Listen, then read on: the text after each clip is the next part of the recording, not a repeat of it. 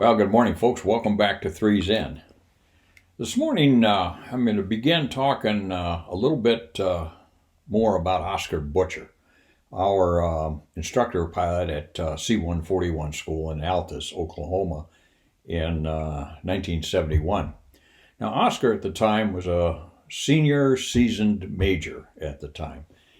And as I mentioned in an earlier video, we would go in for a briefing. Usually we would have to brief a flight 2 hours prior to the flight, fly for 4 hours, and come back and debrief for 2 hours.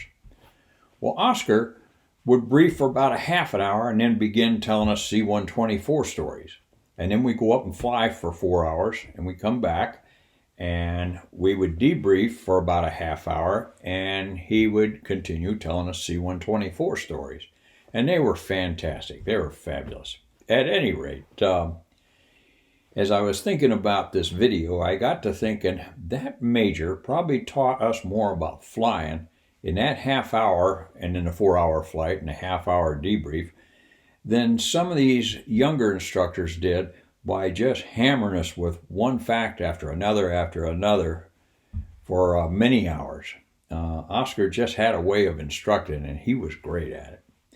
But anyway, this one story he told were about these Gooney Birds they encountered on Midway. Could be Midway or Wake, I can't remember which one. But at any rate, he was flying C-124s at the time. Now, I use the C-124 as the introductory picture on this video, so you can kind of get an idea what it's like.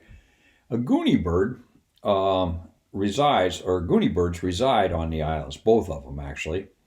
And they are birds that don't like to fly very much. They just kind of waddle around here and there. And they can be a nuisance at times.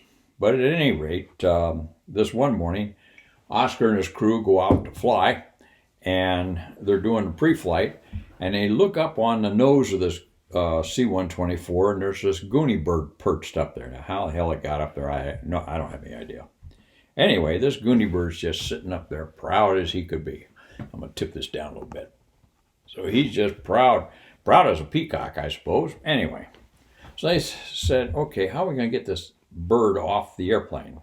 Well, they started lending some thought to it, and they decided to throw a couple rocks at it first. Well, they threw some rocks up there, and maybe one or two hit the bird, but it didn't really faze it. The bird just sitting there, oh, what the heck was that? Anyway, didn't faze it a bit.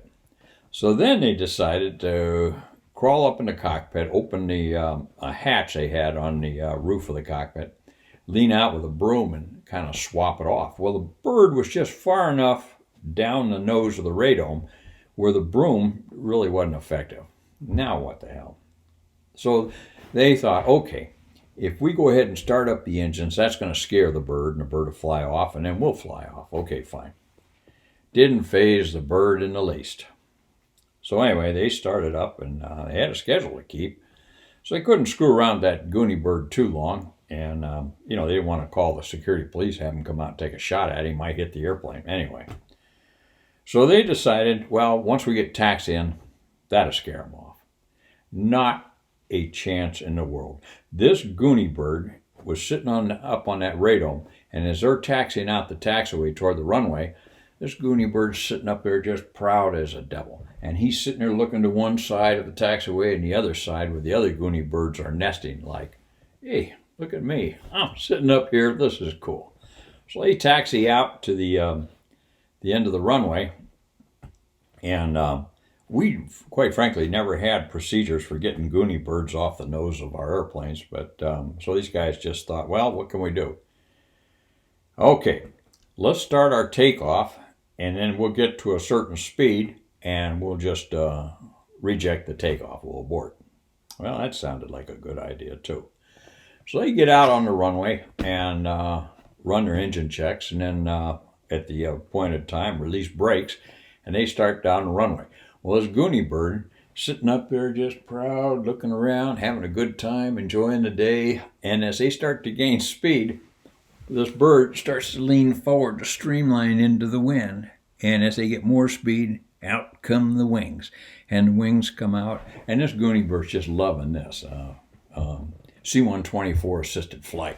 So they get up to about 50 knots or so, and all of a sudden this bird's just really liking that. They get up about 50 knots, and then they reject the takeoff. They go into full reverse. When they go into full reverse, the bird can't quite keep up with it, so it's starting this, but it's just not keeping up with it, and off tumbled the bird. As I said in the beginning, they really didn't like to fly much, so this thing just kind of tumbled off the nose of the airplane, onto the runway, under the airplane, and went waddling back over to its nesting area. Thinking, this is the last time I'm going to do that crap. Anyway, just one of the stories Oscar told us, and that was back in 1970. So we were looking at 52 years, 71. We're looking at 51 years. Just incredible. Anyway, thanks for stopping in. We'll talk to you soon.